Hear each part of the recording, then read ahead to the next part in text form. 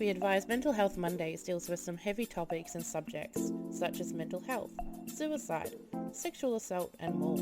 Please listen at your own discretion and please seek professional help if you are struggling. Thank you and enjoy the episode.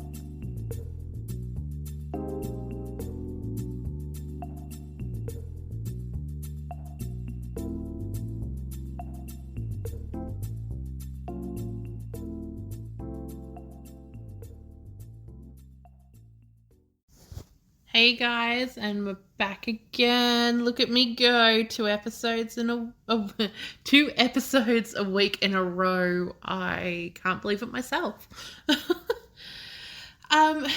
This week is going to be an episode that I actually promised and advised on Twitter a while back that I was going to do, and then life got in the way, and that is gatekeeping. And what I mean by gatekeeping is the very basic term of, it can be defined as when someone takes authority over who does and doesn't have access to a community or identity. So what brought this on, which will help advise or describe exactly what I'm talking about, is I'd like to say that I'm part of the horror community. I'm in multiple groups. I live and breathe horror movies. I've got my other podcast that you guys are aware of. And within that community, there is so much gatekeeping on whether you are or aren't a horror fan because of A, B, and C. And what brought this on and what has got me thinking about it in the past as well is not just people saying that you're not a horror fan or a true, quote unquote, true horror fan because you do or don't like A, B, and C. It's the extent people go to when they gatekeep. I've had abuse, like serious abuse. I've had death threats. I've had, something as simple as you're not a true horror fan because, spoiler alert, I don't like the Halloween franchise. And I'm going to come back to this because the Halloween franchise and the Halloween fucking supporters, I mean, obviously not everyone is like this, but they're the ones I get the most abuse from. And I've had, how can you call yourself a horror movie lover if you don't like Halloween? Or you shouldn't be in this community because you don't like a classic. And I'm sorry, but everyone is entitled to an opinion. I mean, come on, grow the fuck up. 90% of the people in these groups are adults. Act like one. I'm not sitting here saying that you can't say that you enjoy music because you like Justin Bieber because I don't like Justin Bieber. Like, that's not how it works. Do I get passionate about some things? Yeah, I absolutely do. Especially when it comes to movies. And I do project sometimes coming across like gatekeeping, and I am very aware of that. And a lot of the time provided I've realized or I've noticed, I will apologize. Because I do tend to come across, especially on social media, because you're typing and you can't always get tone. I'll come across as, oh my God, how can you not like that? And although it's very passive aggressive, I am legitimately asking, like, why don't you like that? But I get so passionate about it that it comes across very aggressive.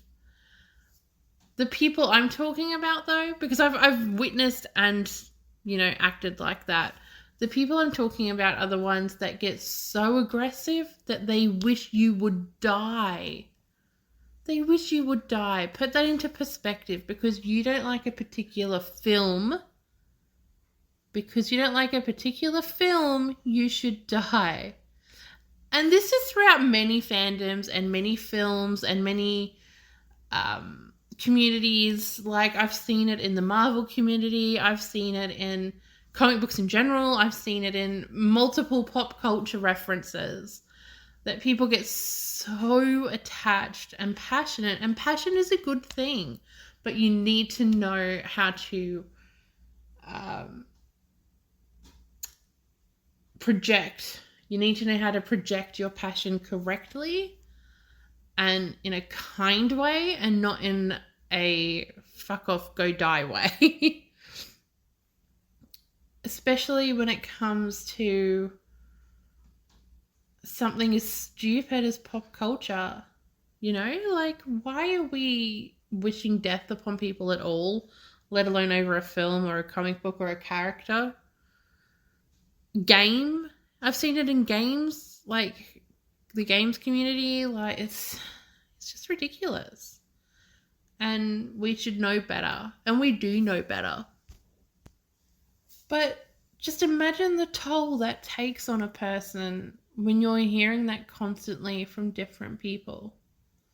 Especially for me as a teen, I got into the horror community quite late compared to a lot of others that are in that community. I didn't grow up watching horror from a child or, you know, introduced to certain franchises at a young age. I came across it and started watching it myself from about 14 years old, which is quite late compared to a lot of people. Like, I didn't have family members introducing me to franchises and horror and that, because no one in my family really watches it.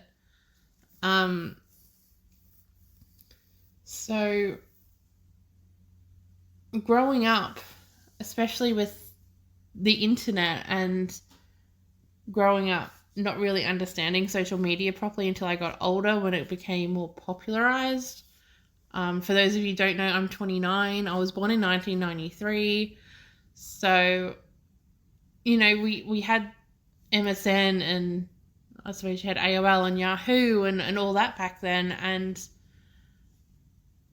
I wasn't quite old enough to find or come across communities or online communities. So I was maybe between 16 and 18. And that was my prime depression stage. So I turned to horror as an escape and thought I would join these communities hoping I could gain, you know, some kind of friendship or belonging. And instead I got abuse. I got abuse from people I'd never met or seen or spoken to because I had an opinion. And the opinion wasn't the same as those people online.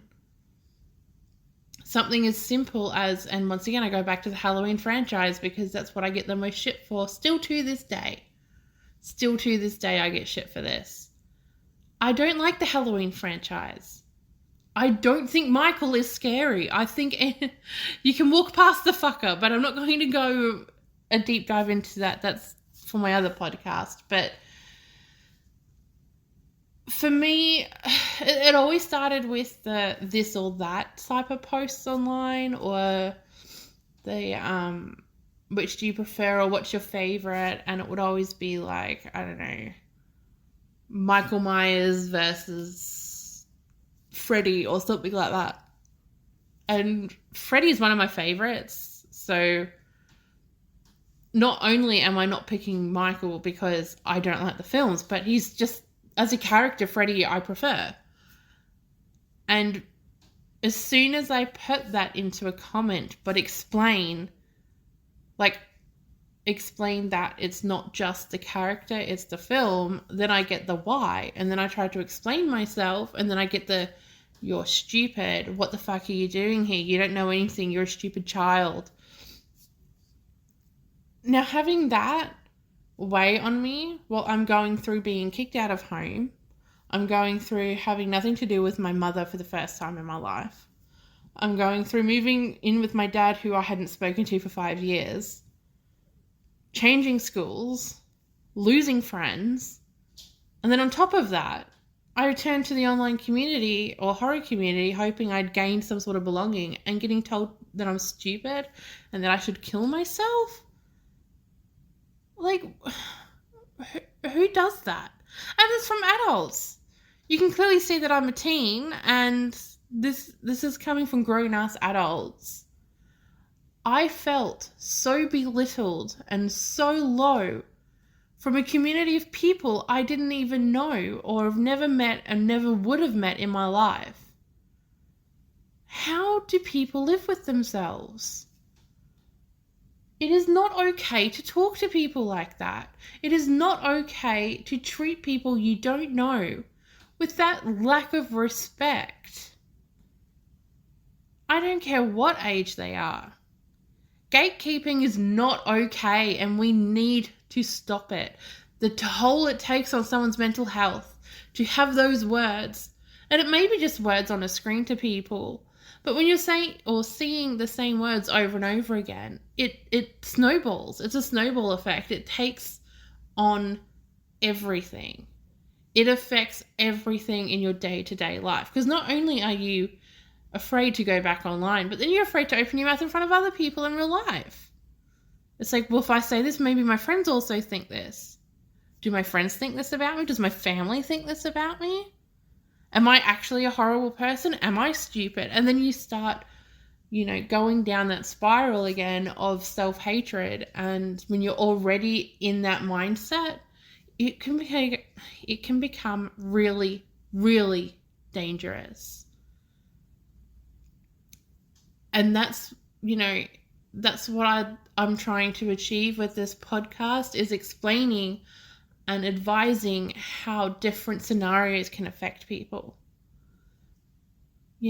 Words, imagery, kids, adults, everyone.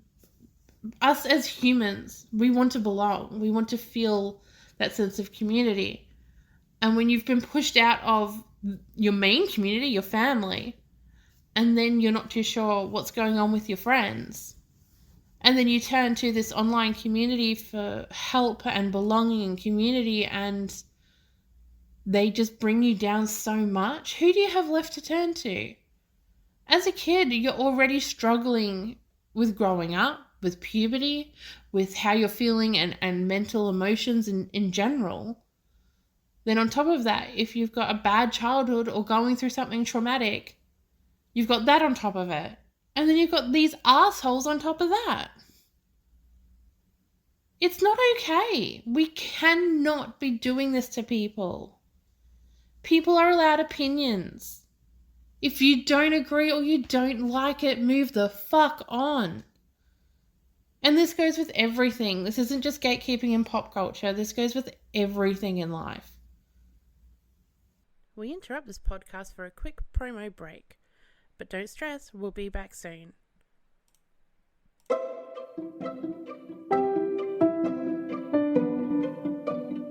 Hey everybody, I'm Amber. And I'm Maddie. And we're Witches Talking Tarot. And we've brought you a show all about the occult. We're talking different lores and mythology. Yes, creature features, cryptids, aliens, you name it, we'll cover it. Conspiracy theories. Absolutely. And pagan holidays and 100%. practices. All 8 of them. Yes. Spiritual living, you name it. That's right. We've got it for you. So if you want, come sit with us for a spell and let us make you laugh. We are Witches Talking Tarot. Thanks, everybody. See, that wasn't too long. Now back to the episode. Who are we to decide on what is and isn't okay for people to enjoy? Who are we as people, as a community, as humans? Who are we as humans to decide on what each other should be enjoying in life? Like, really, really think about that. What gives you the right to tell someone that they should be enjoying this game, or they should be enjoying this film, or they shouldn't be enjoying this film, or certain musical artists? Now, this may trigger people, because I know this is a touchy subject, but like, even as something as simple as the whole Nickelback debate, and I know this is worldwide, I know that. I know it's a worldwide, consensus that 95% of people, for whatever reason, are on the I hate Nickelback wagon, and that's fine. You don't have to like them. I personally do, and I don't really care if that loses people for me saying that. But my point being that if you type or you say something online about enjoying or liking Nickelback's music, if it's on social media, 9 times out of 10, you're going to get multiple comments asking why, or as if you do, or people laughing at you, and it's bullying. It is just downright bullying. And we can't keep doing this. We cannot keep doing this to ourselves. Because in the end, we only have ourselves to blame for how we're feeling if this is the way we're treating each other. It is a bleak, dark world we live in. And the last thing we need is to be bringing each other down. We should be building each other up. And I've mentioned this in past episodes as well, even with just the podcast community. Why are we not building each other up? We should be able to leverage off each other and, cross-promote and be kind and help each other out. And instead, people are treating people like pieces of fucking dirt. Grown-ass adults are bringing people down. They're bullying people. It is not okay. And I know I'm sounding like a broken record, not only on this episode, but across multiple with this topic. But it's something that means a lot to me as someone who grew up being bullied in person. I got bullied for my parents divorcing. I got bullied for looks. I got bullied for liking horror. I got bullied for not liking certain films. I got bullied for just changing schools and being the new kid. I got bullied for being weird and an oddball, and I still am, and I'm aware of that, but it's not okay. Whether that be children or adults or anything or anyone in between, it is not okay. We need to stop doing this to ourselves. I know that as humans, we're not always going to be happy. That is just unrealistic. But we can at least try to encourage and uplift each other. And this is something that needs to be across all platforms. Because I've seen it on TikTok. I have personal friends who have been absolutely destroyed by the words people are saying on TikTok about them because of the way they choose to live their life. I'm talking about Twitter, where I've seen people completely bombard and bully people online because of a photo they may have posted about themselves. That is PG related. That's fine. They look okay. It's just a photo of them and they're feeling themselves. But people came and just completely destroyed it and destroyed these people's or that person's confidence because of, someone didn't agree with the way that they were showing off their body or the way that they were living their life. I've seen it on Facebook, in Facebook communities and, groups where one person will make a comment and then the next thing you know, it's almost like they're rallying against one person and there are hundreds of people out to get one person because of their fucking opinion. I've seen it on Instagram, all the time on Instagram. Because Instagram is primarily photos and everyone has to fucking judge and has a comment on how people look or how their house is or how, they've got, a kid is posing in a photo or... Now, I'm not saying that there isn't a time and place for certain comments and it depends on how it's portrayed and how it's projected. But bullying is not okay. It is not okay. And us as a human race need to do better. And we can do better. There's just so many fucktards out there that ruin it for the rest of us. And unfortunately, they outweigh the good ones at the moment. But there's something you can do. You can be kind. If there's enough single people out there to be kind and uplift and help people when you see them in trouble online, then hopefully there's enough of us to eventually drown out the bad. But right now, there's a lot of growing to do. There's a lot of progress that's needed. And I'm not saying everyone has to be, goody two-shoes and a do-gooder and good Samaritan all the time and whatever else. But if you see someone, because a lot of the time, people just aren't looking. But if you actually look at statuses and posts and pictures and comments around you on social media, you'll start picking up on just how much depression and how much darkness there is.